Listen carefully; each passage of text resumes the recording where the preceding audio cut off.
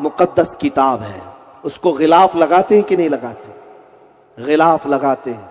खाने काबा मुकद्दस मकान है, खाने काबा पर गिलाफ लगाया जाता है। क्यों? काबे को ठंडी लगती है, काबे को गर्मी लगती है जो काला कपड़ा ओढ़ाया जाता है, या मज़ार पे चादर डाली जाती? क्यों?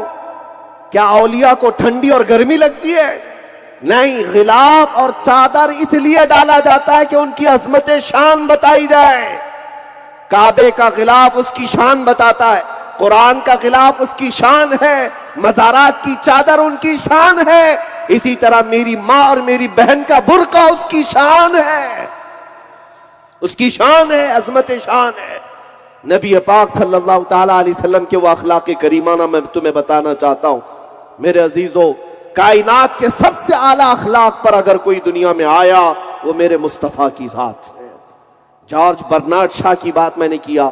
सर थॉमस एक अंग्रेज मुफक्किर है, वो कहता है काश मैं मोहम्मद सल्लल्लाहु अलैहि वसल्लम के जमाने में पैदा होता और उनको अपने करीब से देखता तो मैं उनके पांव को धो करके पीता। और इतना ही नहीं, हमारे देश के मोहनदास करमचंद गांधी वो खुद लिखते हैं कि अगर कभी मुझे अपने अंदर यकीन, कॉन्फिडेंस लेवल पैदा होता है तो प्रोफेट मोहम्मद सल्लल्लाहु अलैहि वसल्लम की तालीमात पढ़कर पैदा होता है। Confidence level.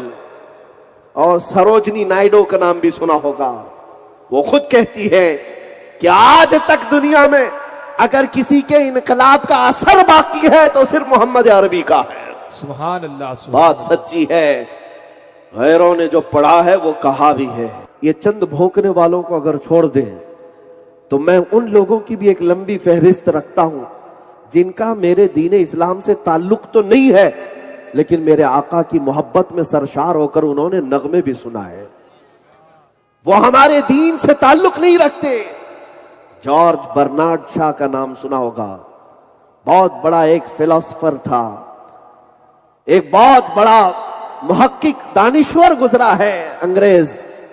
George Bernard Shaw लिखता है कि आज के दुनिया में जितने मसाइल हैं, भुखमरी हो, खुदकुशी हो, जिना हो, चोरी हो, डकैती हो, इन सब को अगर कोई हुकूमत हो या कोई क़ियादत सही कर सकती है तो सिर्फ मोहम्मद की क़ियादत है सल्लल्लाहु अलैहि वसल्लम। ये कौन कहता है? जॉर्ज बर्नार्ड शॉ की लिखी हुई चीज मौजूद है। कहता है अगर मोहम्मद आज भी आ जाएं तो उनकी क़ियादत में सारे मसाइल हल हो जाएंगे, सारे मसाइल हल हो जाएंगे। ये वो लोग कहते हैं जो पढ़े लिखे हैं, जिन्होंने देखा है। इसलिए कि मेरे आका सल्लल्लाहु ताला अलैहि वसल्लम उस मक्का की सरजमीन में मबूस हुए थे जहां हर तरह की बुराइयां मौजूद थी, हर तरह की खराबियां। तुम्हें पता है बच्चियों को जिंदा दफन करने वाली रस्म मक्का में मौजूद है।